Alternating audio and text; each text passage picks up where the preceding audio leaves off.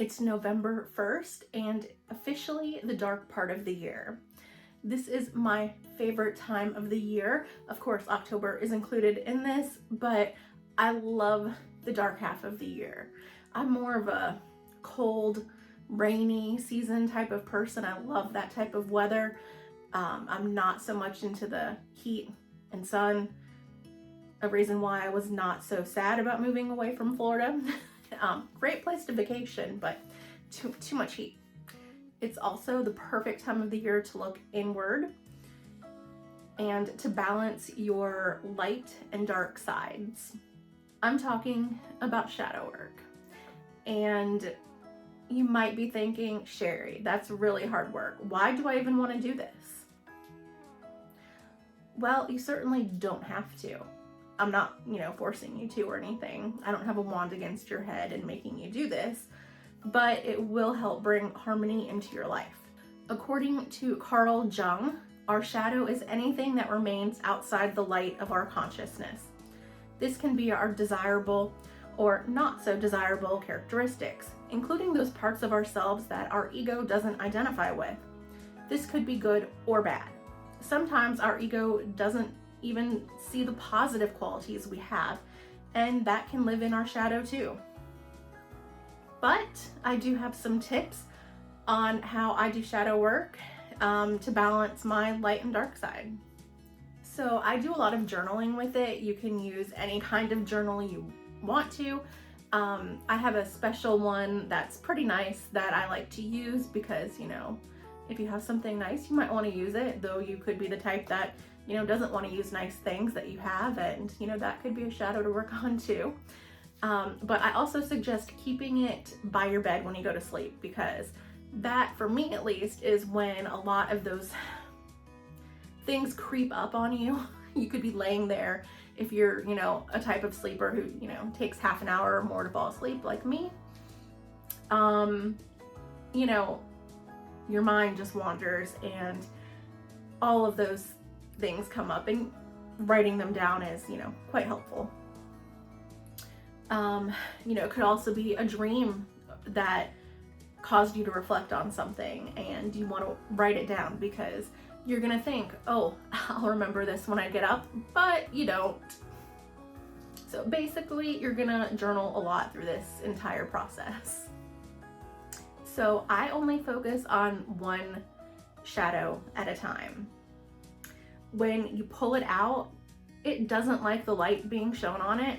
It wants to go back and hide again. So if you pull out multiple ones, you're not gonna focus on them as much, and it can get away with hiding for a bit longer. So I suggest just work on one. To find your shadow, look at what triggers you. What makes you feel angry, jealous, resentful? If you can't think of anything, look at what qualities you admire in others, because that could be some of your qualities that you have, but you don't want to really see in yourself for one reason or another. You want to get to know this aspect of yourself. These disowned aspects of ourselves we pushed aside, but now we need to get to know them. If you can visualize, see them as your shadow, or however you wish for them to look. You can even give them a name. Why did we push this aspect of ourselves aside? Ask what this aspect needs. And if you can't visualize and have aphantasia like me,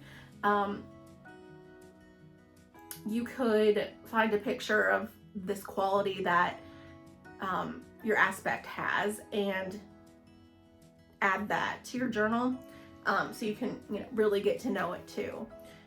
How does it make you feel? A lot of having aphantasia and the visualizing aspect, it's more of a feeling, so go with that.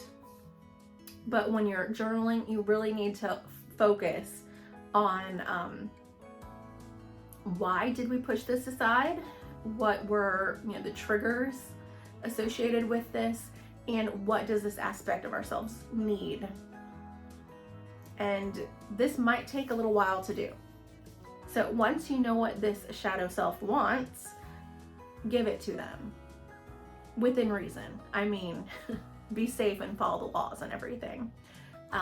Set an intention and an affirmation to honor this part of you. Read it aloud and allow this aspect to sink back into yourself, both consciously and unconsciously. Then, for however long you wish, do self-checks to see how you're doing with incorporating this back into yourself. And, journal about that too. By shining our light onto these parts of our shadow, we become balanced. And it is a great feeling. Doing shadow work is a lifelong process. You won't finish it all in a day. So if you want instant gratification, sorry, but this just isn't it. You might have realized you have 5 shadows you want to work on even.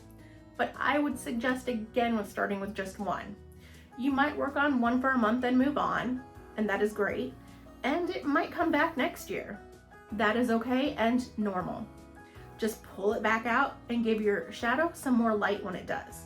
Remember, we are not perfect, and that is okay. This month, the Sunshine State Witch, Brittany, has challenged our community to participate in something she created called #NeoPaganNovember. And it's a tag to make a video or an Instagram post or whatever you use each day, or as many as you can do, with a short prompt for that day. I've done some of these challenges in the past on Instagram, and it was really fun. So I'm going to participate in this one and do as many videos as I can do. I'll also link Brittany's video below. And if you haven't subscribed to her yet, please do. She's awesome. And yeah, I hope you liked today's video and come back soon for more videos, because again, I'm going to be trying to make a bunch of them, and it'll, hopefully make me do more videos, because I always say that I'm going to and then I don't. So yeah, if you can relate, take part in this challenge and see how many we can do. So until next video, bye.